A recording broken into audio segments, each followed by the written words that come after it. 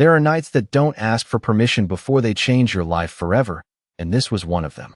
The storm had rolled into Manhattan without warning, a relentless sheet of rain slamming against the glass walls of the Grand Meridian Hotel, turning the skyline into a blur of silver and shadow, and inside the marble lobby, where chandeliers usually cast a quiet, golden calm, tension hummed like an invisible current as stranded guests argued over canceled flights, overbooked rooms, over anything they could still control. But Ethan Caldwell did not argue. He never did, not in public, not in private, because control was not something he negotiated. It was something he owned, something he built his empire on, and yet tonight, standing at the polished front desk with rain still clinging to the shoulders of his tailored charcoal coat, he was being told a word he hadn't heard in years. "There's only one suite left, sir," the receptionist said carefully, her voice measured, almost apologetic, "and due to the system outage, it's already been assigned." Ethan's jaw tightened, not visibly, not dramatically, just a subtle shift, the kind that only those trained to read power would notice. "Then fix it," he replied, calm, controlled, final. But the storm outside cracked like a reminder that even the most powerful men were not immune to chaos. And before the receptionist could respond, another voice entered the moment, soft but steady. "I think she already told you she can't." Ethan turned, slowly, not out of curiosity, but out of instinct, and that's when he saw her, standing just a few feet away, her silhouette framed by the muted glow of the lobby lights, her deep brown skin catching the gold in a way that felt almost deliberate, as if the room itself had chosen to highlight her. Her posture relaxed but unyielding, her expression calm, unbothered, and for a brief, almost imperceptible second, something unfamiliar passed through Ethan's mind. Not attraction, not yet, but awareness, sharp and unexpected. "And you are?" he asked, not rude, not warm, simply direct. "The other person with the room," she answered, her tone even, her eyes meeting his without hesitation. And there it was again, that disruption, that quiet defiance that didn't need volume to be felt. The receptionist cleared her throat. "Miss Bennett checked in just moments before the system went down, sir, and due to the circumstances, the only solution we can offer is that you both share the suite for the night." The words lingered in the air, absurd, impractical, unacceptable, and under normal circumstances, Ethan would have dismissed them instantly, arranged something else, called someone, moved mountains if necessary. But the storm had grounded private flights, blocked roads, and turned the city into something temporarily uncontrollable. And for the first time in a long time, Ethan Caldwell found himself in a situation he could not immediately fix. His gaze shifted back to the woman, Amara Bennett. The name echoed quietly in his mind, and she simply shrugged, a small, almost amused motion. "It's just one night," she said, as if sharing a luxury suite with a stranger was the most ordinary inconvenience in the world. Ethan studied her for a moment longer, searching for the usual signs: nervousness, recognition, opportunistic interest, but found none, only composure, only presence, and that unsettled him more than anything else. "Fine," he said finally, the word landing with quiet authority, not agreement, not acceptance, just a decision. Moments later, the elevator doors closed behind them, sealing them into a shared silence broken only by the faint hum of machinery and the distant echo of thunder. Ethan stood to one side, hands in his coat pockets, his reflection sharp in the mirrored walls, while Amara leaned casually against the opposite corner, her gaze drifting toward the city beyond the glass. Neither of them speaking, neither of them needing to, because something had already shifted, something subtle but undeniable. And when the doors opened to the top floor and the suite awaited them, spacious, dimly lit, wrapped in the soft glow of warm lamps and the distant shimmer of rain against floor-to-ceiling windows, it felt less like a coincidence and more like the beginning of something neither of them had planned, something neither of them could yet define. Ethan stepped inside first, setting his expectations like invisible boundaries. "We keep this simple," he said, his voice low, controlled. "You take the bedroom, I'll take the living area. We don't interfere with each other. And in the morning, we go our separate ways." Amara closed the door behind them with a quiet click, the sound echoing just enough to mark the moment. and then she turned to him, her expression unreadable but steady. "You really think life works that cleanly?" she asked, not challenging, not mocking, just curious. And for the first time that night, Ethan didn't answer immediately, because somewhere between the storm outside and the silence inside, something had already begun to unravel, and neither of them knew yet that this one night, this one shared space, was about to rewrite everything they thought they understood about control, about distance, and about the quiet, undeniable pull of something that doesn't ask for permission before it changes your life. The door closed behind them with a quiet finality that seemed louder than the storm outside, and for a moment neither of them moved, as if the suite itself had drawn an invisible line between two separate worlds now forced to exist within the same walls. Ethan set his leather briefcase down on the glass table with precise control, every movement deliberate, every gesture measured, while Amara stepped further into the room, her eyes taking in the details not with awe but with quiet awareness. The skyline stretched beyond the windows like a living painting, blurred by rain and distance, the kind of view that was designed to impress, to dominate, to remind anyone standing there exactly how high they had climbed. But she did not react the way most people did. She simply observed, and that alone unsettled him more than he expected. "You can take the bedroom," he repeated, his tone steady, already turning slightly as if the conversation was over before it began, but her voice followed him, calm and unhurried. "And you always assume people will do exactly what you decide?" He paused, just slightly, enough to acknowledge the question without fully turning back. "I assume efficiency," he replied. "It saves time." There was a brief silence, not awkward, not tense, just present, and then she moved past him toward the window, her reflection briefly crossing his in the glass. "Sometimes time is not the problem," she said softly, almost to herself. "Sometimes it is what you miss while trying to control it." The words lingered longer than they should have, longer than he wanted them to, and Ethan exhaled slowly, loosening his coat and setting it aside, reclaiming his usual composure like armor settling back into place. "We will both get through the night just fine without turning this into a philosophy discussion," he said, not dismissive, just firm. But when he turned again, she was already walking toward the bedroom, not in surrender, not in agreement, just choosing her own direction without asking, without waiting, and that subtle independence created a shift he could not quite define.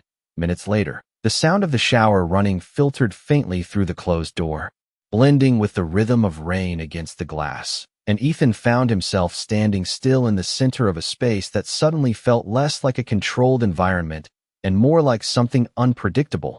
He moved to the bar, pouring himself a glass of water instead of anything stronger, the cool clarity grounding him as he leaned against the counter, his reflection staring back from the darkened window, composed, controlled, unchanged, and yet something beneath that surface had already begun to shift. He could feel it in the silence, in the unfamiliar awareness of another presence just beyond the door, not intrusive, not demanding, but undeniably there. When the water stopped and the door eventually opened, he did not look immediately.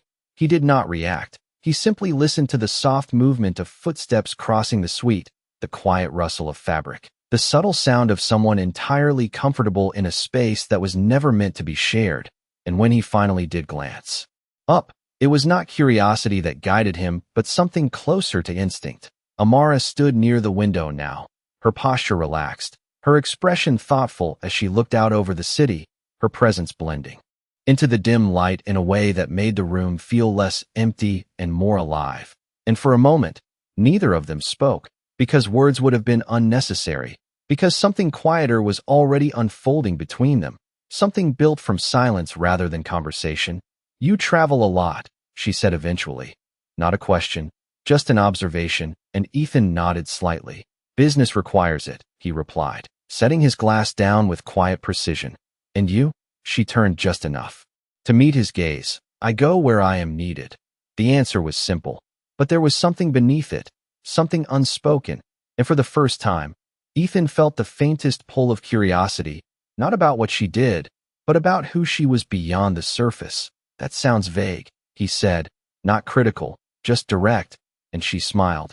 Not wide, not obvious, just enough to shift the air between them. Not everything important needs to be explained immediately. The words settled into the space between them, soft but firm, and Ethan found himself holding her gaze a second longer than necessary, as if searching for something he could define, something he could categorize. But there was nothing familiar there, nothing predictable, only a quiet strength that did not demand attention and yet refused to be overlooked. The storm outside intensified. A sudden flash of lightning illuminating the room in sharp contrast before fading back into the steady glow of warm light. And in that brief moment, everything felt suspended, time stretching just enough to make him aware of how unusual this situation truly was, how easily it could have been avoided, how impossible it now felt to ignore. "It is just one night," he said again, softer this time, less like a rule and more like a reminder to himself. And she nodded slightly, turning her attention back to the city. "That is what people always think," she replied, her voice calm, almost reflective, "that something is temporary, insignificant, easy to forget." Another pause followed, deeper this time, heavier, as if the room itself was holding onto the words, and Ethan did not respond, not because he had nothing to say, but because for the first time in a long time, he was not entirely sure what the right answer was. And somewhere between the sound of the rain and the quiet presence of a stranger who did not bend to his expectations, the night continued to unfold, slowly, deliberately, as if it already knew something they did not. The night did not rush forward. It unfolded with a quiet precision that neither of them acknowledged, but both could feel. The rain continued its steady rhythm against the glass, softer now, more controlled, like a storm that had decided to stay rather than pass. And inside the suite, the distance between them remained intact but no longer empty. It had become something else, something defined not by space but by awareness. Ethan moved toward the seating area, lowering himself into the armchair, with the same composed authority he carried into every boardroom. But his mind was not on business, not on numbers, not on strategy. It was on the subtle shift that had taken place the moment she walked into his night without permission. He reached for his phone, instinct guiding him toward distraction, toward control, toward the familiar rhythm of emails and decisions waiting for him. But the screen remained dark in his hand for a second longer than usual, as if even that simple action required intention now. Across the room, Amara had taken a seat near the window, her posture relaxed, one leg crossed over the other, her gaze still drifting over the city lights that flickered beneath the storm. And there was something about the way she occupied the space that felt different, not like a guest, not like an interruption, but like someone who understood how to exist without needing to prove it. "You are not working," she said after a moment, her voice soft but clear, and Ethan glanced up, slightly surprised by the observation. "I can if I need to," he replied, his tone neutral, but he did not unlock the phone. He did not move, and that hesitation was not something he was used to. "But you are not," she continued, not pressing, not challenging, just stating what was already visible. And that was the difference. She did not push, she did not demand, she simply noticed, and somehow that carried more weight than any question ever could. Ethan set the phone down on the table beside him, a small decision that felt larger than it should have. "It is not always necessary," he said, almost as if explaining something to himself rather than to her. Amara nodded slightly, her gaze still on the skyline. "Most people do not know that," she said, and there was a quiet understanding in her tone, not judgment, not approval, just recognition. The silence returned, but it was no longer the same silence as before. It had depth now, layers that shifted beneath the surface, and Ethan found himself studying her again, not openly, not in a way that would be noticed, but enough to observe the details he had missed earlier, the calm in her expression, the steadiness in her posture, the absence of performance. She was not trying to impress him, not trying to influence him, and that absence of intention made her presence more powerful than anything he had encountered in a long time. "What do you do?" he asked finally, the question simple, direct, but carrying a curiosity that had not been there before. She turned her head slightly, just enough to meet his gaze again, and for a brief second, the room seemed to hold its breath. "I listen," she said, and he frowned, not in confusion but in expectation of more. "To what?"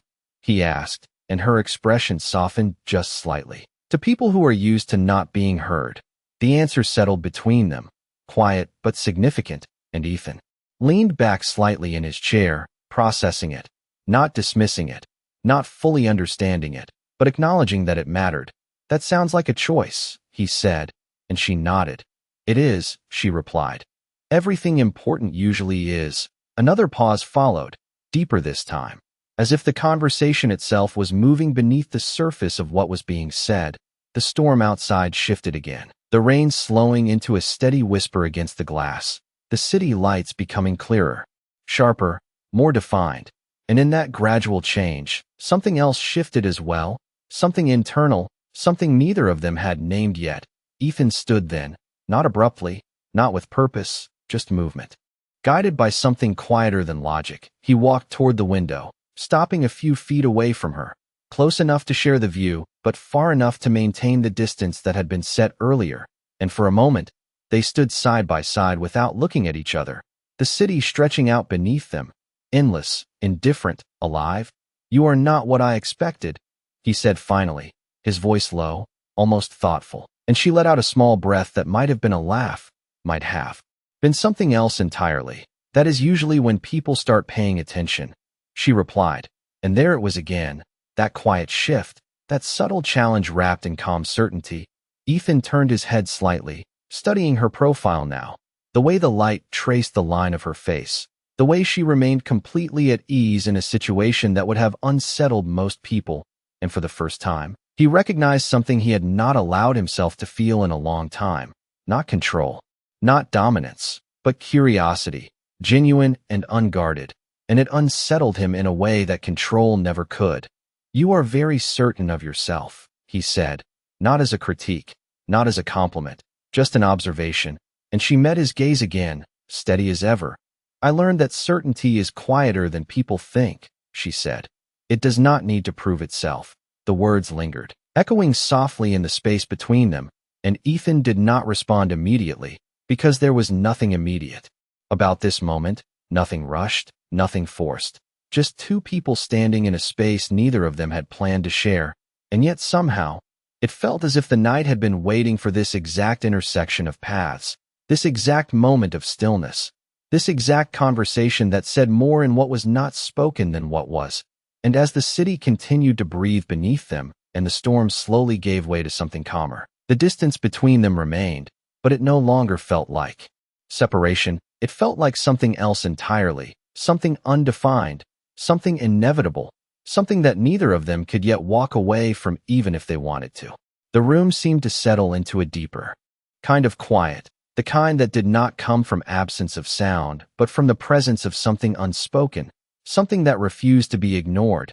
Ethan remained by the window for a moment longer before stepping away, the distance he had carefully maintained now feeling less like control and more like hesitation, a subtle shift that he recognized but did not fully understand. He moved toward the kitchen area, reaching for 2 glasses without thinking, a habit formed from years of hosting, of managing environments, of anticipating needs before they were spoken.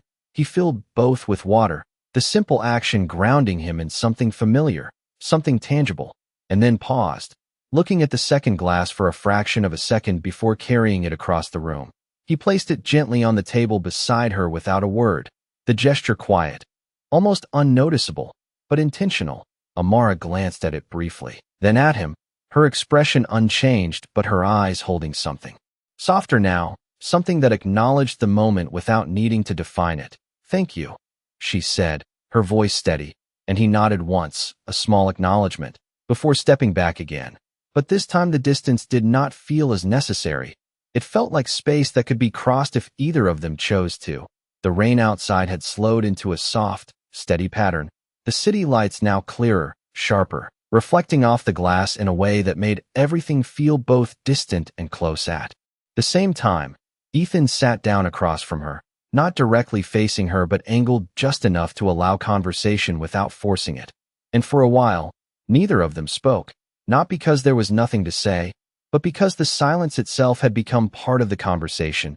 "You do not seem surprised by any of this," he said eventually, his voice calm, almost analytical, and she tilted her head slightly. Considering the question, surprised by what? She asked, and he gestured subtly. Around the room. The situation, the inconvenience, the fact that you are sharing a space with someone you do not know. She followed his gesture with her eyes, then returned her gaze to him. I have learned that. Unexpected things usually reveal more than planned ones, she replied, her tone thoughtful. People are more honest when they are not prepared. Ethan leaned back slightly, absorbing the answer, and for a moment, he felt as though she was not just speaking about the situation, but about him, about the way he carried himself, the way he controlled every variable, every outcome, every interaction, and how this night had stripped that control down to something simpler, something more exposed. And, what do you see? He asked, the question leaving him before he could measure it, before he could refine it into something safer. Amara held his gaze, steady and unflinching, but there was no judgment there, no challenge, just clarity. Someone who is used to being in control, she said, and someone who does not like what happens when that control slips. The words landed quietly, but their weight was undeniable. Ethan did not respond immediately, not because he disagreed, but because there was a part of him that recognized the truth in what she said, a part he did not often allow others to see. Control is necessary, he said finally, his tone measured. Without it, things fall apart. Amara nodded slowly, not dismissing his statement, not arguing against it, but adding something to it. Sometimes things need to fall apart before they can change, she said, and the simplicity of the words carried more depth than any argument ever could. The room fell silent again, but this time the silence felt heavier, more intentional, as if it was holding space for something neither of them had fully acknowledged yet. Ethan stood then, moving toward the window once more, his reflection merging with the city lights beyond, his mind tracing through the layers of the conversation, the subtle shifts, the unexpected responses, the way she spoke without trying to impress or persuade, and how that made her presence impossible to ignore. You speak like someone who has seen a lot, he said, not turning around, his voice lower now, more reflective, and she did not answer immediately. When she did, her voice was softer, but no less certain. I have seen enough to know that people are more than the roles they play, she said. And sometimes it takes the right moment for that to show. Ethan closed his eyes briefly, just for a second, as if allowing the words to settle, to find their place somewhere beneath the surface. And when he opened them again, he turned slightly, enough to see her without fully facing her. And what moment is this? He asked. And there was something different in his tone now, something less guarded, less controlled. And she met his gaze again, her expression calm, but her eyes holding a quiet intensity. The kind that people remember, she said, even if they do not understand it right away. The words lingered between them, stretching the space, deepening the silence, and outside, the storm had almost completely passed, leaving behind a city that felt renewed, washed clean, and inside the suite, something equally subtle had shifted, something neither of them had planned, something neither of them could fully define, but both of them could feel. And for the first time that night, Ethan did not try to control it. He simply let it exist. The city had settled into a quiet glow, the kind that only came after a storm had passed and taken its noise with it, leaving behind something clearer, something more honest. And inside the suite, that same quiet had begun to take shape between them, no longer unfamiliar, no longer uncertain, but something steadier, something that held its ground without needing explanation. Ethan remained by the window a moment longer before turning back, his movements slower now, less driven by instinct and more by awareness, as if every step carried weight he had not felt before. Amara had not moved far, still seated near the table, her presence unchanged yet somehow more defined, like a constant he had only just begun to understand. He walked past her without speaking, reaching for his jacket draped over the chair, then stopped, not because he needed anything from it, but because something else had caught his attention, something quieter, the absence of urgency. He set the jacket back down, choosing stillness over motion, and that choice alone felt unfamiliar. You are not trying to leave, he said, his voice low, not accusatory, just observant. And she looked up at him, her expression calm, as if the answer had already been decided long before the question was asked. Neither are you, she replied, And there it was again, that reflection, that effortless way she turned the moment back toward him without force, without confrontation, just truth. Ethan exhaled slowly, a subtle release he did not try to hide, and moved back toward the seating area, this time taking the chair closer to hers, not close enough to invade her space, but no longer distant enough to ignore it. The shift was small, almost invisible, but it changed everything. I usually know exactly what comes next, he said after a moment, his gaze drifting toward the city again. Every meeting, every decision, every outcome is something I planned for. His voice was steady, but there was something beneath it now, something less certain, but tonight feels different. The admission lingered in the air, quiet but undeniable, and Amara watched him for a second before responding. Not with surprise, not with reassurance, just with understanding. That is because you are not controlling it, she said, her tone gentle but clear. You are experiencing it. The words settled into the space between them, simple and direct, and Ethan let them sit there, not resisting, not dismissing, just allowing them to exist, something he rarely allowed himself to do. Experience is unpredictable, he said, almost to himself, and she nodded. Slightly. So is anything real, she replied. The room fell into silence again, but it was no longer filled with questions. It was filled with something else, something that felt closer to clarity, even if neither of them could fully define it yet. Ethan leaned forward slightly, resting his forearms on his knees, his posture no longer guarded, no longer rigid, just present, and that alone marked a shift he could not ignore. You said you listen, he said, his voice quieter now, more focused. What do you hear right now? Amara did not answer immediately. She let the question settle, let the silence stretch just enough to give it meaning. And then she spoke, her voice soft but steady. I hear someone who is not used to being seen without everything that usually defines him, she said, her eyes meeting his fully now. And someone who is trying to decide if that is a problem or not. Ethan held her gaze, longer this time, not out of challenge, not out of control, but because something in her words resonated in a way he could not ignore, and for a brief moment, he allowed himself to consider the possibility that she was right, that this night had stripped away something he had always relied on, something he had built his identity around, and left him with something simpler, something more human. And what do you think? He asked, the question quieter than before, less guarded, and she did not hesitate this time. I think it is the first honest moment you have had in a long time, she said, and there was no judgment in her voice, no expectation, just clarity, the kind that did not demand agreement but invited it. Ethan leaned back slowly, letting the words settle, letting them find their place somewhere deeper than logic, somewhere beyond the usual calculations that guided his decisions. And for the first time that night, he did not try to analyze it. He did not try to control it. He simply let it be. Outside, the city moved forward, lights flickering, cars passing, life continuing as it always did. But inside the suite, something had shifted in a way that could not be undone, something that did not need to be named to be understood. And as the quiet stretched between them once more, it no longer felt like distance. It felt like connection, subtle, steady, and impossible to ignore. The night had deepened into something quieter than silence, a stillness that did not feel empty but full, as if the space between them had begun to hold meaning instead of distance. Ethan remained seated for a moment longer, his thoughts no longer moving in the structured patterns he was used to, but drifting, pausing, reconsidering, something he rarely allowed himself to do.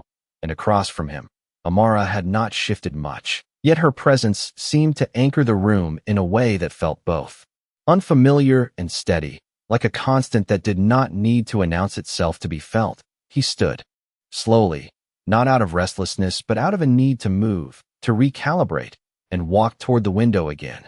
The city now calm beneath a sky that had cleared just enough to reveal scattered reflections of light against the glass. He rested his hand lightly on the edge of the frame, his posture relaxed in a way that would have been unrecognizable to anyone who knew him in the boardroom. Do you ever feel like you are always performing? He asked, his voice low, not directed at her as much as. It was released into the space, and she did not answer immediately. She let the question settle, giving it the weight it deserved. Only when I forget who I am, she said after a moment, her tone thoughtful, and Ethan turned slightly, just enough to see her without breaking the quiet of the moment.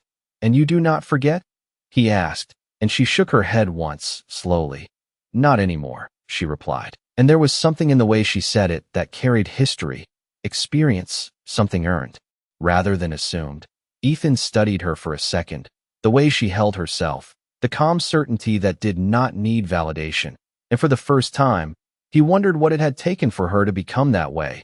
What moments had shaped that kind of clarity? "That sounds like a decision," he said, and she met his gaze again.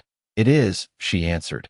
"The kind you make when you realize that pretending costs more than being honest." The words settled into him in a way that felt heavier than expected, and he exhaled slowly, a quiet release that carried more than just breath. "In my world, honesty is not always efficient," he said, and she smiled faintly, not in disagreement, not in agreement, just recognition. "That does not make it less necessary," she replied. The conversation moved slowly, deliberately, each word placed with intention, and yet nothing felt forced, nothing felt like an effort. It simply unfolded, as if it had been waiting for the right moment to exist. Ethan walked back, toward the seating area again, this time stopping closer than before, the distance between them now small enough to feel, but not overwhelming. And he remained standing for a moment, as if deciding whether to sit or to stay where he was. And that hesitation itself was unfamiliar. "You make things sound simple," he said finally, and she tilted her head slightly, considering his words. "They are simple," she replied. "They are just not easy." Ethan let out a quiet breath that almost resembled a laugh, though it lacked the usual sharpness of amusement.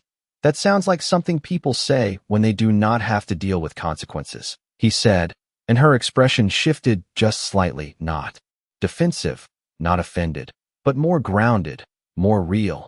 "Or when they have already faced them," she said, and the difference in her tone made him pause, not because it challenged him, but because it revealed something deeper, something he had not seen before, and for a brief moment, the conversation stopped, not out of discomfort, but because it had reached a point where words were no longer necessary. Ethan lowered himself into the chair beside her, closer now, the shift in proximity subtle but undeniable, and for the first time that night, he did not feel the need to maintain distance as a form of control. He simply sat, present, aware, and for a while, they both looked out at the city, the silence between them no longer something to fill, but something to share. "What happens tomorrow?" he asked eventually, the question quiet, almost reluctant, and she did not look at him when she answered, her gaze still on the skyline. "Tomorrow happens the way it always does," she said. "People return to what they know." The words carried a softness that hinted at something more, something unspoken, and Ethan felt it, the subtle shift in tone, the quiet acknowledgement of what this night was and what it was not. "And tonight?" he asked, his voice lower now, more deliberate, and this time she turned to him, her eyes steady, her expression calm but present. "Tonight is not about what comes next," she said. "It is about what is happening now."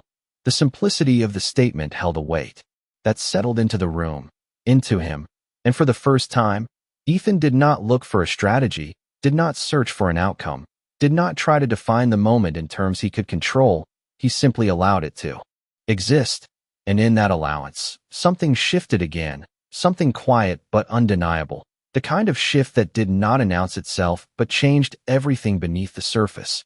And as the night continued, no longer defined by the storm that had brought them together, but by the stillness that now held them there, Ethan realized something he had not expected, something he had not planned for, something he could not measure or predict, that this was not just a night he would remember, it was a moment that was already beginning to change him. The night had crossed into that fragile hour where time no longer felt linear, where minutes stretched quietly between breaths, and nothing seemed urgent enough to interrupt the stillness that had settled around them. Ethan remained seated beside her, closer now than he had intended earlier, yet no longer aware of the boundary he had once carefully maintained.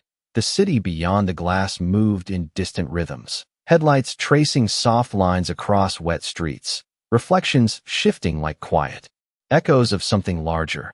And inside the room, the silence between them had become something shared rather than something to navigate, something that did not need to be filled because it was already full.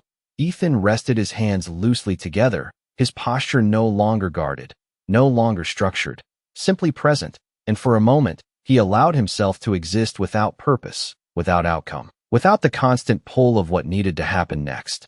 "I do not usually stay still this long," he said finally, his voice calm but carrying a subtle edge of honesty that had not been there before. Amara turned slightly toward him, her expression soft but attentive. "Most people do not," she replied. "They just get better at pretending they are not running." Ethan let out a quiet breath, something between acknowledgement and realization, and for the first time, he did not try to correct the observation. He simply accepted it, letting it settle where it belonged. "And you?" he asked, his gaze shifting toward her, more direct now, more open. "You do not seem like someone who runs." She held his gaze, steady and unflinching, but there was warmth there. Now, something quieter than before. "I used to," she said, "but I learned that no matter how far you go, you still carry what you are avoiding." The words landed with a quiet weight, and Ethan felt them resonate in a way he did not expect, not because they were dramatic, but because they were simple, undeniable, and he understood them more than he wanted to admit. "So you stopped," he said, and she nodded once, slowly. "I stopped pretending I could outrun myself," she replied, and the clarity in her voice left no room for interpretation. The room fell silent again. But this silence was different. It felt closer, more intimate without crossing any boundaries, like a space that allowed truth to exist without pressure. Ethan leaned back slightly, his gaze drifting toward the ceiling for a moment before returning to her.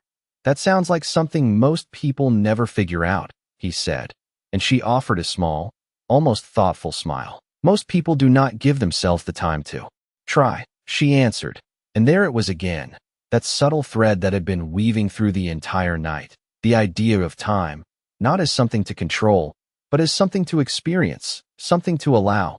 Ethan shifted slightly in his seat, turning more toward her now, the angle of his body no longer defensive, no longer closed, just open enough to reflect the change that had taken place beneath the surface. "You make it sound like everything is a choice," he said, and she met his gaze. Without hesitation, "It is," she replied. "Even the things we think are not." The certainty in her voice did not challenge him. It invited him, and that difference mattered more than he expected. Ethan studied her for a moment, not analyzing, not evaluating, simply observing, and for the first time that night, he allowed himself to acknowledge something he had been avoiding, that this was not just a conversation, not just a moment, but something that had reached beyond the surface of what he usually allowed into his world, something that had found its way past the structure he had built so carefully over the years. "Then what is this?" he asked quietly, the question more vulnerable than anything he had said before, and she did not rush to answer. She let the moment hold its weight, let the silence frame it, and when she spoke, her voice was softer, but no less certain. "This is what happens when you stop trying to control everything long enough to actually feel it," she said, and the words settled into him with a clarity that was both unfamiliar and undeniable. Ethan did not respond immediately, not because he disagreed, but because he understood, and understanding something like that required a different kind of silence, one that did not need to be filled with words. Outside, the city continued its quiet rhythm, unchanged, unaware, but inside the room, something had shifted again, something deeper this time, something that could not be undone by mourning or distance or return to routine, something that existed now, fully and completely, and Ethan realized, with a quiet certainty that surprised him, that this night had already gone further than he could ever pretend it had. Not. And as he sat there beside her, no longer measuring the moment, but living it, he understood something he had not planned to understand, that some things do not ask for permission, they simply arrive, and once they do, nothing remains the same. The night had begun to thin into something softer, the darkness outside no longer heavy, but fading slowly into the first quiet hints of morning, the city lights dimming one by one as if the world itself was preparing to reset, and inside the suite, that same transition was taking place, subtle, almost imperceptible, but undeniable. Ethan had not moved far from where he sat beside her, yet everything about his presence had changed, the tension that once defined him replaced by something quieter, something more grounded, And for the first time in a long time, he was not thinking about what came next. He was simply aware of what was already here. "It is strange," he said after a while, his voice low, almost reflective. "How something that was never planned can feel more real than everything that was." Amara did not answer immediately. She let the words exist for a moment, letting their meaning settle into the space between them. "That is because plans are built from expectation," she said finally. "But moments like this are built from truth." Ethan turned slightly toward her, his gaze more open now, less guarded, as if the walls he had spent years building had begun to lower without his permission. "And what happens when the moment ends?" he asked, the question quieter than anything he had said before, carrying a weight that had nothing to do with curiosity and everything to do with something he did not want to name. Amara looked at him fully this time, her expression calm but not distant, present but not attached. "Then it becomes part of you," she said. "And what you do with it after that is your choice." The answer did not offer reassurance. It did not promise anything beyond what already existed, and that honesty settled into him in a way that felt both grounding and unsettling at the same time.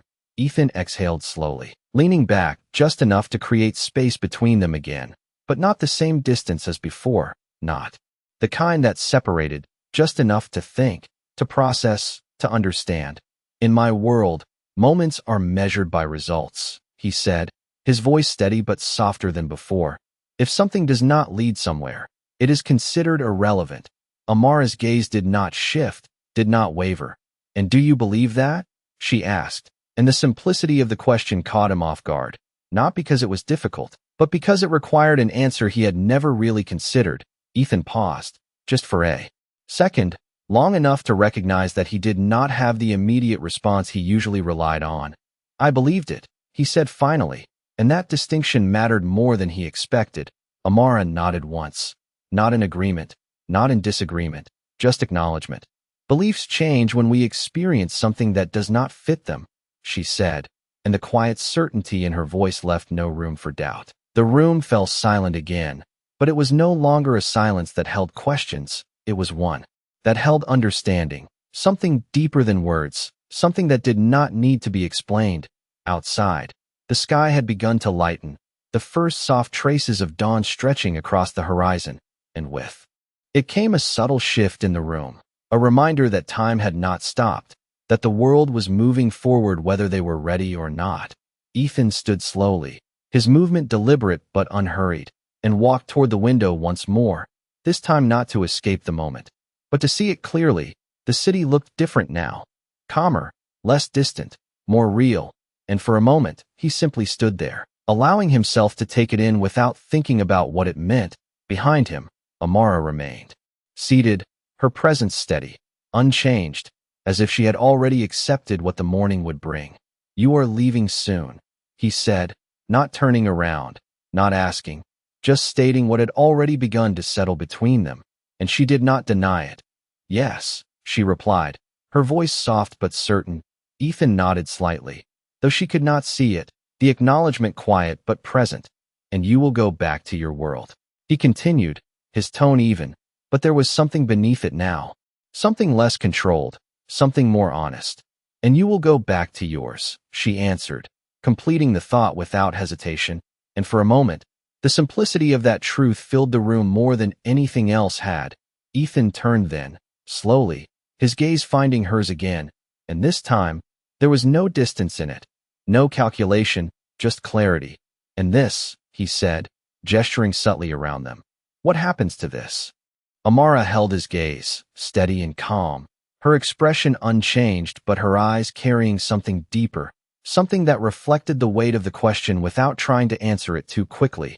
"That depends on whether you see it as something that happened," she said, "or something that changed you." The words settled between them, quiet but powerful, and Ethan felt them in a way he could not ignore, not because they demanded anything, but because they offered something he had not considered before, the idea that this moment did not need to lead somewhere to matter, that it could exist on its own and still leave something behind, something lasting, something real. And as the first light of morning continued to grow, filling the room with a soft, steady glow, Ethan realized that this was no longer just a night that had passed.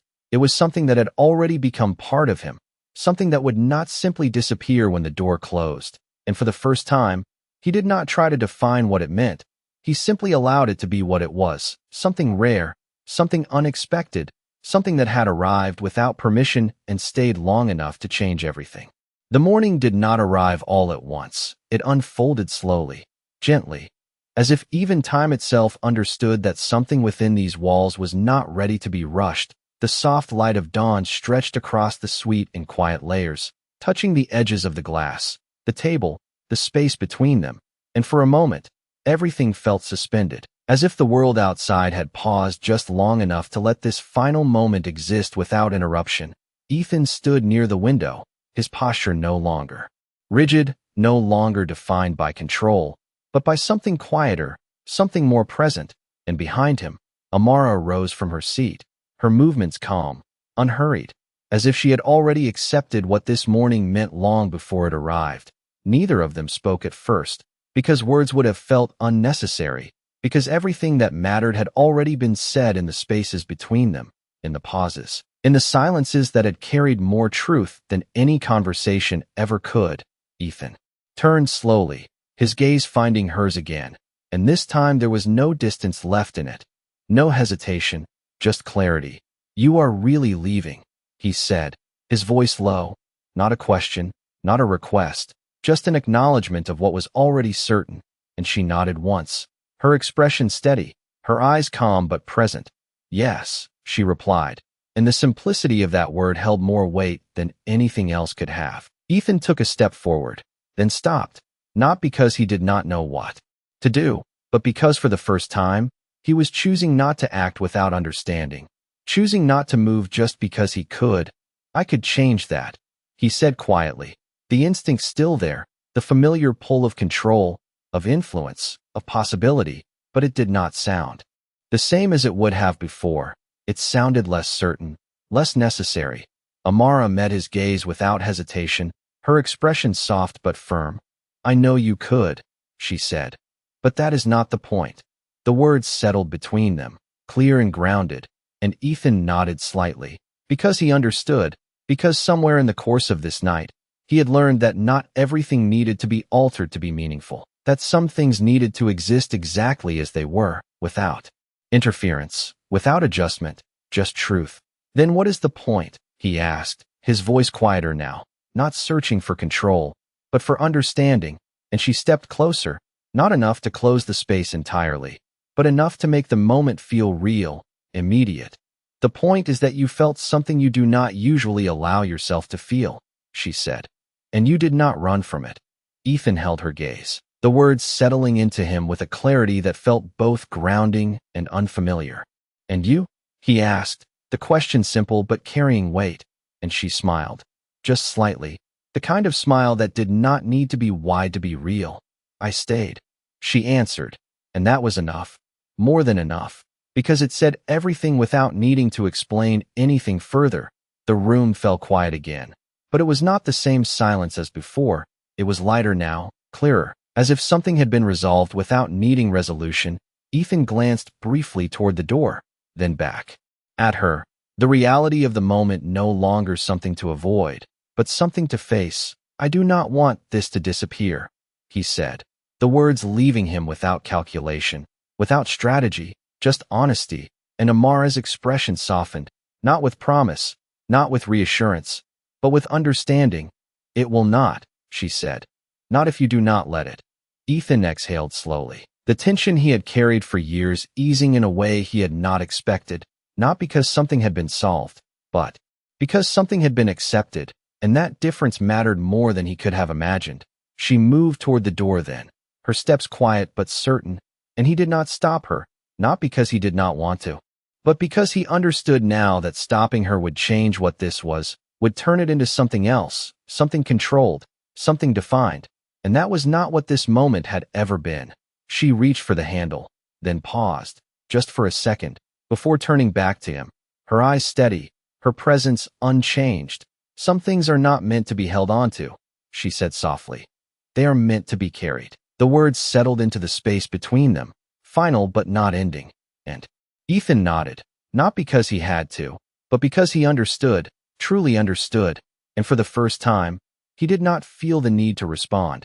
He simply let the moment be what it was. She opened the door then, the light from the hallway spilling into the room, blending with the morning glow, and without another word, she stepped out, the door closing gently behind her, leaving the suite exactly as it had been, and yet entirely different.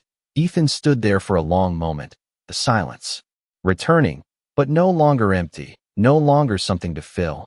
It was full now, filled with something that would not fade when the day began, something that would remain long after this moment had passed.